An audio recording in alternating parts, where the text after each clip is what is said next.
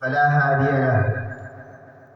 أشهد أن لا إله إلا الله وحده لا شريك له، وأشهد أن محمدا عبده ورسوله صلى الله عليه وعلى آله وأصحابه ومن استنى بسنته ومن تمسك بسنته ومن تخلق بأخلاقه أجمعين.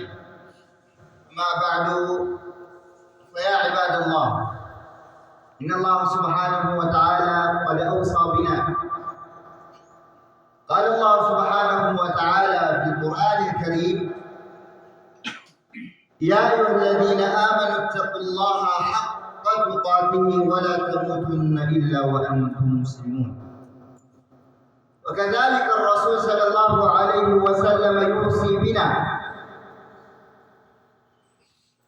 قال الرسول صلى الله عليه وسلم: اتق الله حيثما كنت وأتبع السيئة الحسنة تمحها وخالق الناس بخلق حسن، أو كما قال الرسول صلى الله عليه wasallam. Mga kapatid, mga magulang, sa pananampalatayang Islam,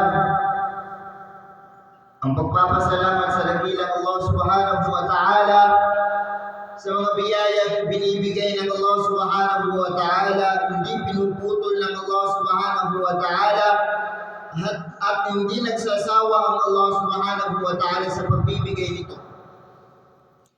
Isa sa pinakamalaking binigay ng Allah subhanahu wa ta'ala ng ni'mah, karangalan mo sa Allah subhanahu wa ta'ala, ay yung ginabayan ka ng Allah subhanahu wa ta'ala sa totoong relihiyon.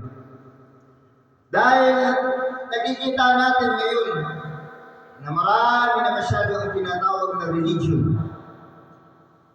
Alhamdulillah, tayo ay ginabayan ng Allah subhanahu wa ta'ala sa totoong religion, sa totoong relihiyon na kung saan wala nang ibang tatanggapin ng Allah subhanahu wa ta'ala doon sa iyong tiyama, maliban na lamang ang religion o kaya ang relihiyon ng Islam. Mga kapatid, sa pananampalatayang Islam, alam natin tayo ay temporary, pansamantalang namumuhay lamang sa mundong ibabaw, na kung saan nalilimutan natin ang kamatayan dahil lamang sa makamundong bagay. Makamundong bagay na kung saan hindi makakatulong sa iyo sa araw ng paghuhukom. Makamundong bagay na kung saan pansamantalang kasiyahan lamang. Pansamantalang bubuhayin ka o kaya pasasayahin ka dito sa mundong ibabaw, mga kapatid, sa pananampalatayang Islam. Dahil doon na ito, napupuno ng lahat ng mga fitna, napupuno ng lahat ng mga syahwat, na kung saan tayo ay nalinlang ng dunya.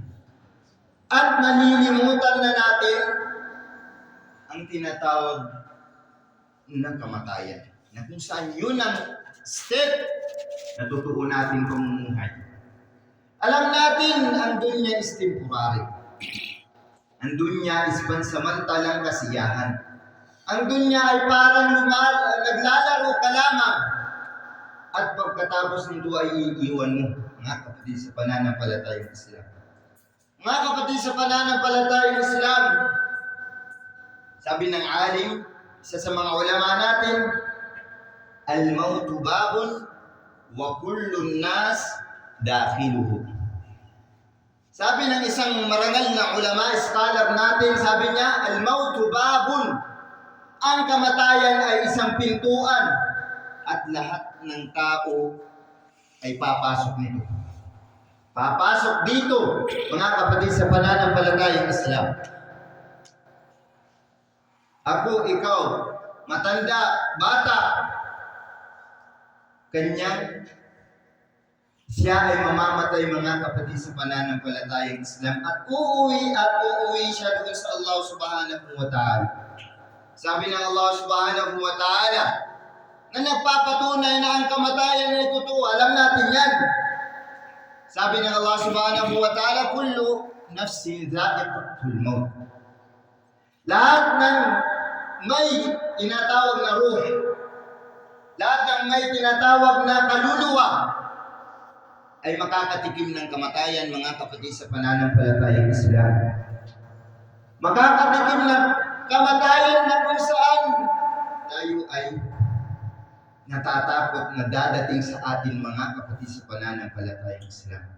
Natatakot ang sinong walang gumagawa o hindi nag-iibada doon sa Allah subhanahu wa ta'ala, hindi gumagawa ng magagandang gawain, at doon siya natatakot na baka dadagdan siya ng kamatayan na siya ay hindi gumagawa ng magagandang gawain. Mga kapatid sa pananampalatayang Islam, ang tao mayroong tatlong mangyayari sa kanya. Dito sa mundong ibabaw, merong kasabihan o kaya tinanong yung isang alim, hal anta musayyar am mukhayyar? Ikaw ba ay musayyar, kontrolado ka ba? O kaya mukhayyar? Ibig sabihin, choice mo. Unang-una, sabi ng isang alim, tatlo. Sabi ng mga ulama, tatlo ang mangyayari sa tao. Pwede maging kontrolado siya at pwede niyang choice na. Unang, sinabi ng alim, al-amru taqa'u alayh. Sabi ng alim, yung merong mangyayari sa kanyang buhay. Yun ang isa. Yun ang isang halimbawa, sabi ng alim. Sabi niya, merong mangyayari sa kanyang pamumuhay sa mundong ibabaw. Ikaw ay gumising sa Fajr. Hindi mo nalalaman kung uulan ba o yun ang tinatawag na mangyayari sa buhay mo at hindi mo yun kontrolado. Hindi mo yun kontrol. Pangalawa, yung mangyayari sa inyong katawan. Ikaw ba ay nagkontrol sa iyong puso para magtibok? Hindi, mga kapatid sa pananampalatayang Islam. Yun ay kontrol ng Allah subhanahu wa ta'ala. At yun ang sabi ng mga ulama, yun ang dalawang kontrolado ng Allah subhanahu wa ta'ala, hindi natin kontrol. At pangatlo, taqa'u minhu. Ibig sabihin, mayroong pangyayari na kung saan mangyayari na ikaw ang dahilan. Parang ganito sa ginagawa natin ngayon, mga kapatid sa pananampalatayang Islam, ako ay uupo, yun ay choice ko. Ako ay papasok sa masjid, yun ay choice ko. Ako ay gagawa ng maasiya, yun ay choice ko. Ako ay gagawa ng magagandang gawain, yun ay choice ko. Yun ang binigay sa iyo ng Allah subhanahu wa ta'ala na ikaw ay magpipili. Sinabi ko ito sa inyo dahil ang pagpasok natin sa paraiso at kung saan ka magpapasok, sa impyerno man ng Allah subhanahu wa ta'ala o sa paraiso ng Allah ta'ala, choice mo yan. At yun ang sinasabi na dapat tayo ay maging handa sa pagbabalik natin sa ating Panginoon ng Allah subhanahu wa ta'ala. Ikaw ay mamamatay. Mga kapatid sa pananampalatayang Islam, kahit saan ka man mapunta dito sa mundong ibabaw, ang kamatayan ay nandyan sa iyo, mga kapatid sa pananampalatayang Islam. Yan kamatay, yan kamo. Upigadagan mo yung kamatay, pero ito gyapon yung ama saot mo, ito gyapon yung ama ibak mo. Mga kapatid sa pananampalatayang Islam, sinabi ng Allah subhanahu wa ta'ala, aynama takunu yudrikkumul maut walau kuntum fi burujin musyayyada. Kahit saan kayo maroroon, kahit nandun na kayo sa building na kung saan, sabi ng Allah subhanahu wa ta'ala na napaka yung maganda ang pagkagawa nito at hindi masisira, ay dadatnan ka rin ng kamatayan. Sabi ng Allah subhanahu wa ta'ala, mga kapatid sa pananampalatayang Islam, ang hikmah, ang wisdom, na kung saan hindi pinaalam ng Allah subhanahu wa ta'ala sa atin ang tinatawag na kamatayan, kung saan tayo mamamatay at kailan tayo mamamatay, dahil dapat tayo ay maging handa sa ating kamatayan. At yun ang nawawala sa atin.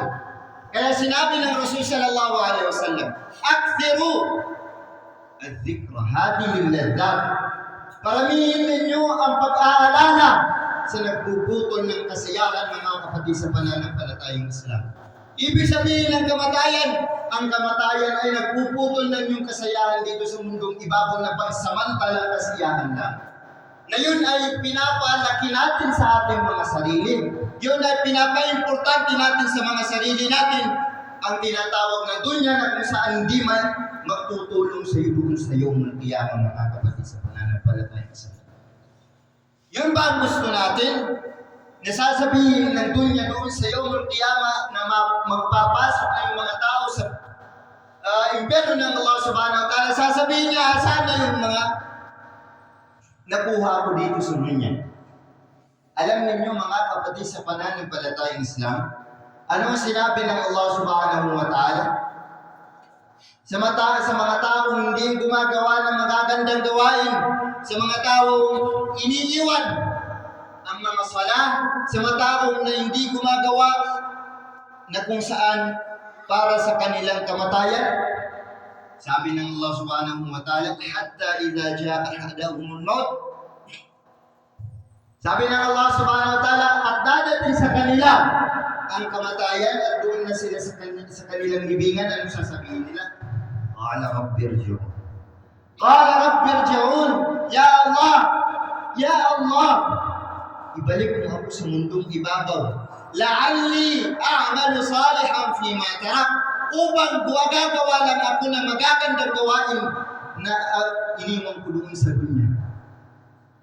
Doon sa iyong kaya doon sa libingan mo, ang pagsisisi ay hindi na makakabilipisyo sa iyo, mga kapatid sa pananampalatayang Islam.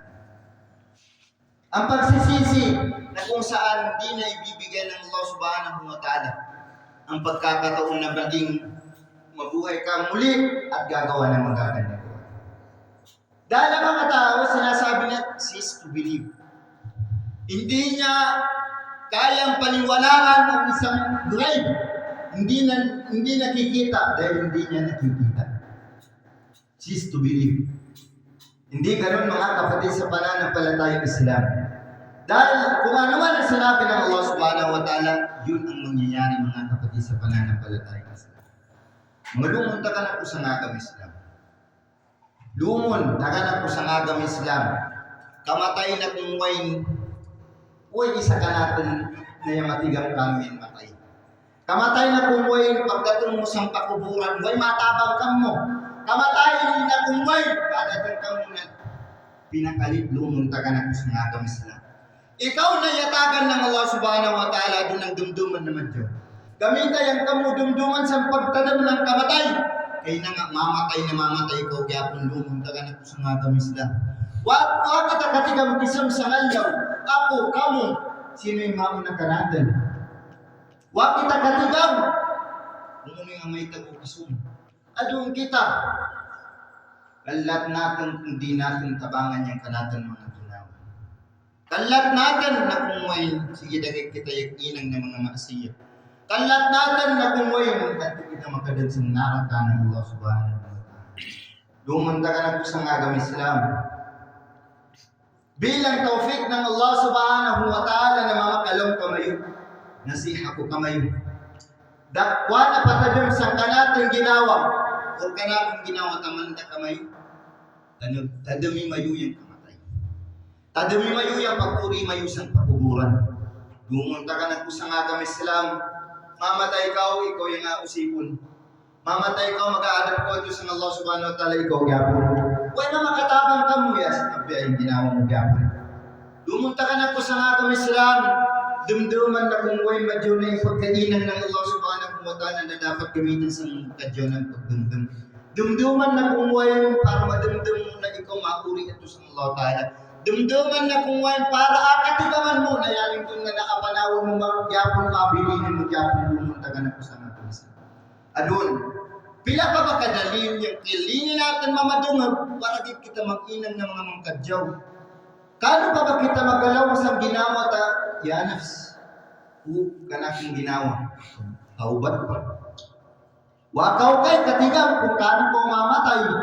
Wakaw katigam kung kano ko kamangan ng alakan mo. Wa ito pagkakatsaw ng kanatang dumduman sa babsang pagkalusak natin. Sa pigatawag na dunya na ito yung pagapalabi natin sa kanatang ginawa, lumunta ka na po sa agam Islam. Nawadatan ka din doon. Nabukon sa kadiyan yung bunana pa. Yung pigalawang na bunana, adi ko magapirmaminti, lumunta ka na po sa agam Islam. Wa inna ad-dar al-akhirata lahiyal hayawan. Daw ng Allah subhanahu wa ta'ala, yang yawmul qiyamah yang permanente. Bukon ng dunya na yaga pa saya ko guys. Yaga pa kasarap ko sa dunya na kung mo'y nabilinin mo gapon. Yaga pa kasarap ko sa lupa na kung mo'y sikal ko gapon sa lupa. Yaga pa kasarap ko sa babawan ng lupa. Nakabalik ko gapon ka na lumunta ka na ko sa mga kami Islam. Adun, wapag ba kita pagkakakamang, wapag ba natin pagka-analyze. Nakita kisam sa ngalaw mauri na mauri sa Allah subhanahu wa ta'ala na madatang ka natin yung kanatang kamatay. Dumunta ka na po sa agam Islam. Wa ako pagalaw na ako matigam. Wa ako pagalaw sabab sang minini ikatigamang. Pero sabab sang ilmo na sikan sang Allah subhanahu wa ta'ala yani yung kapakalugwa sang baba. Yung kapakalugwa sabab sang minini ko kamayo. Na di ako ang mausip ng Allah Ta'ala doon sa yung tiyama.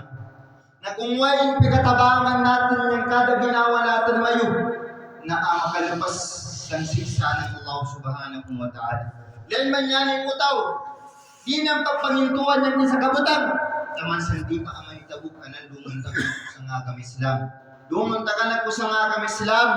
Tabangan natin yung kanatong mga di ginawa. Waya makatabang ka natin nga sa tabihan yung kanatong ginawa. Yung pamilya mo, yung anak mo, yung pa yung makalaban mo ito sa inyong tiyama o di mo madadayo mga lumunta ka na po sa nga kami Islam. Yung ubos ng iyan sa babawan ng dunya basta ito pa yung amainang na kalaban mo ito sa inyong tiyama. Sino makatabang ka mo, yung ginawa mo yan, mga lumunta ka na po sa nga kami Islam. Ako sabi lang ni Ibrahim, pinadahap. Qultum anna al-maut haqqun falam tasta'iddu lahu ilaw mayo. Dilang kamatay bunna. Pero wa mayo pag-inanga, wa mayo pag-prepare.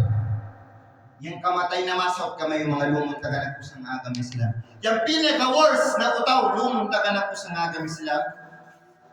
Yang amakasal dari dyan sa masjid sang allaw ng pagkamatay na. Yang ama katundong dagay dyan sa alaw ng pagputos kanan. Lumunta ka na po sa agam Islam, ito na yung pinaka-worst na utaw na walay ang kamang nanato sa inyong tiyama. Kundi yan ang puno ng Allah subhanahu wa ta'ala. Minito ba yung kalini natin? Lumunta ka na po sa agam Islam. Wapag kita pagkakamang mo na apakita natin yung kanating ginawa ang sa Allah subhanahu wa ta'ala na igadada ng magkadakwa ng mga dusa ng natin katawbat. Na dapat gawin yung paguri natin at isang Allah subhanahu wa ta'ala yung apakita natin kung ano yung bawin natin ng mga mangkadyo ng mga gawbukan. Lumunta ka na po sa agam Islam. Lumunta ka na po sa agam Islam. Daw ng Allah subhanahu wa ta'ala wala tagurannakum al-hayatud dunya. Ayaw kang pagpadasang dunya na yan. Puros na kayo pagpanagaw, puros na kayo maksiya, puros na kayo pagpangamang ng mga sapi, puros na kayo pagpakaday ng sapi, pagpakaday ng anak na kumay. Ito kaya po niya magalusap ka natin na ito sa inyong tiyamang lumunta ka na ito sa natin sila. Yung Rasul sallallahu alaihi wasallam, yung kabunnawa ng pagdua sa Allah subhanahu wa ta'ala na yung magkadyaw niya kanan.